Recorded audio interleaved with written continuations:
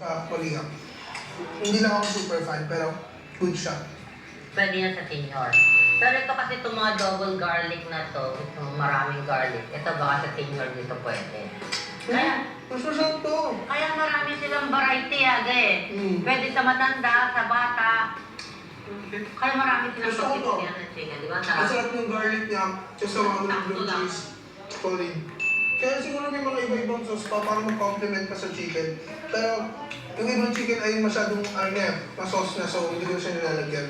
Pero yung like this one, the plain one, it's perfect with the blue cheese. Okay, the next one is the dark truffle, ang pinakabago daw nilang flavor. Very exciting kasi merong truffle tayo, meron tayong Jack Daniels, mga flavors na hindi ko akalain pwede pala sa manok. Let's try. Wow, look at the color. Ay, kita niyo yung color, medyo dark siya. Dark golden brown.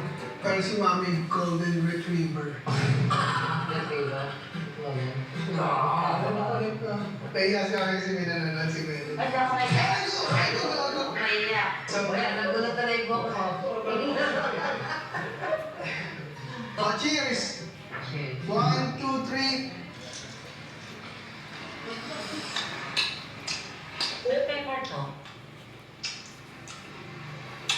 I like this.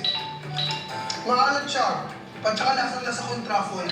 At peppery siya. Kung makikita niyo pala guys, so, may mga tundok-tundok siya ng pepper, yung black. I like the flavor of this. Kakaiba definitely. It gives kind of a smoky flavor. At the same time, nalalasan yung truffle. And crispy din siya. Plus peppery siya. It's good for me.